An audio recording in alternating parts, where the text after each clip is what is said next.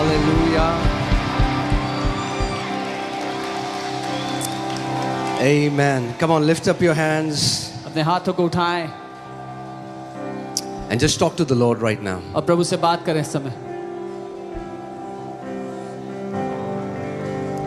Give him all the praise. Come on, talk to him right now. उससे बात करो, उससे बोलो प्रभु मैं तेरे भवन में हूँ खुदावन. Tell him, Lord, I'm in your house.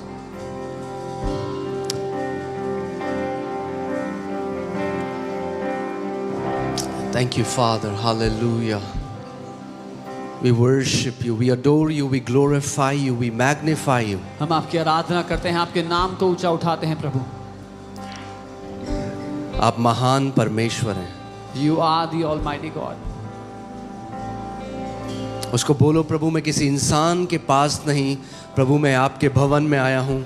आज आपका वचन के साथ मेरा आमना सामना हो प्रभु. Tell him, I have not come to any man, I have come into your house. May I encounter your word today, God.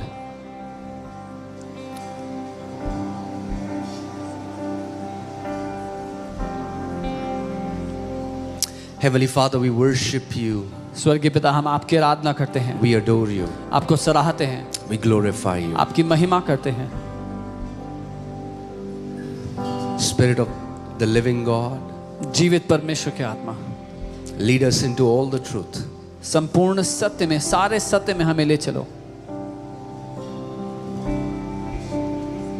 Father, I thank you for the anointing that is upon this house. पिता, मैं धन्यवाद देता हूँ वो अभिषेक जो इस कलीसिया, इस घर पर Thank you है. for the anointing that is upon me. धन्यवाद वो अभिषेक जो मेरे ऊपर है उसके Help me, लिए. Holy Spirit, मेरी मदद करें पवित्र आत्मा, to unveil your word. कि मैं आपके वचन पर से पर्दा हटा सकूं. Let Christ be glorified today. कि यीशु महिमान्वित होने पाए. Let the name of Jesus be glorified. यीशु का नाम महिमा पाए. In Jesus' mighty name.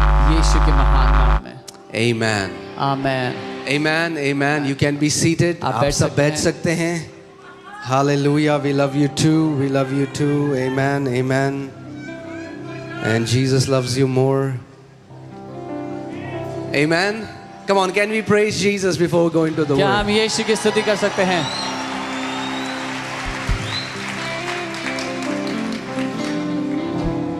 I want you to hear the word.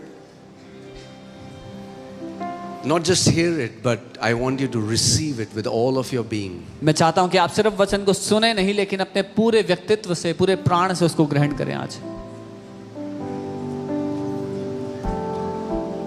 I'm telling you, your lives will transform when you will begin to enjoy God's word.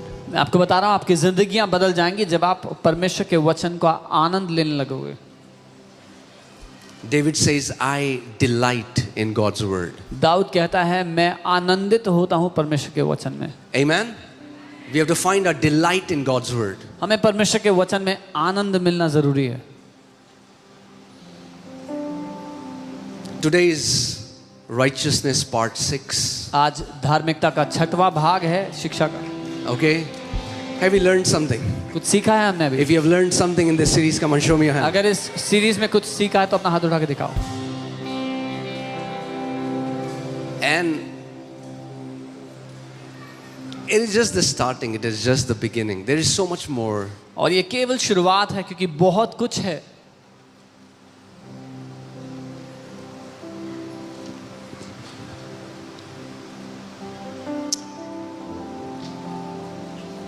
आप जानते हैं, मैं जब अलग अलग मसीहों से मिलता हूँ, अलग अलग विश्वासियों से मिलता हूँ, You know, when I meet people, meet different believers, different people,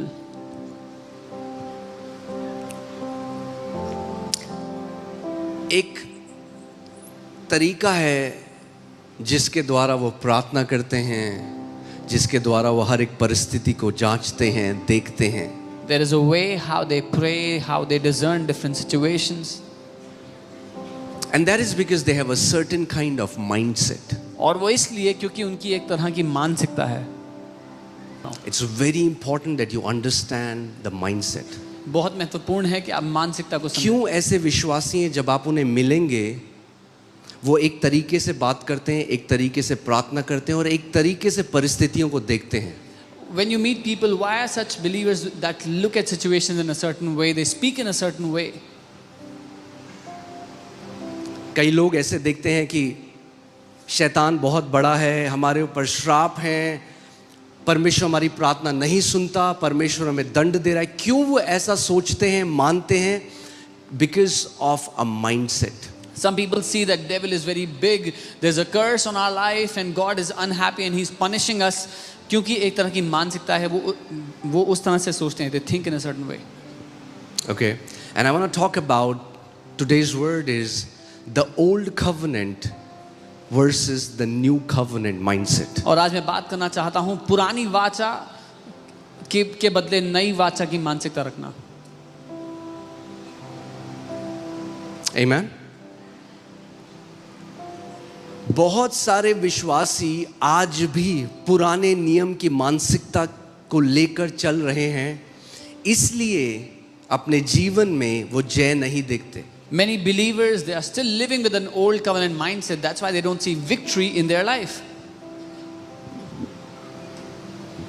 Because the old covenant mindset and the new covenant mindset, it produces different ways of seeing God. क्योंकि पुरानी वाचा के नजरिए से और नई वाचा के नजरिए से दो अलग दृष्टिकोण पैदा होते हैं परमेश्वर को देखने के। आप परमेश्वर को अलग नज़र से देखते हो, आप अपने आप को अलग नज़र से देखते हो, आप पाप को अलग नज़र से देखते हो, आप बलिदान को अलग नज़र से देखते हो। You see God with a different lens, you see yourself with a different lens, you see sin in a certain way, you see sacrifice in a certain way. इसीलिए आपको समझना है कि दोनों वाचाओं में अंतर क्या है। That is why you have to understand the difference between the two covenants. You cannot live in a new covenant with an old covenant mindset. आप नई वाचा में पुरानी वाचा की मानसिकता लेके नहीं जी सकते। प्रभु यीशु मसीह ने कहा अगर नई दाखरस पुराने मशकों में डाल दी जाए तो वो दोनों को क्या करेगी? वो डिस्ट्रॉय कर देगी, खराब हो जाएगा सब कुछ।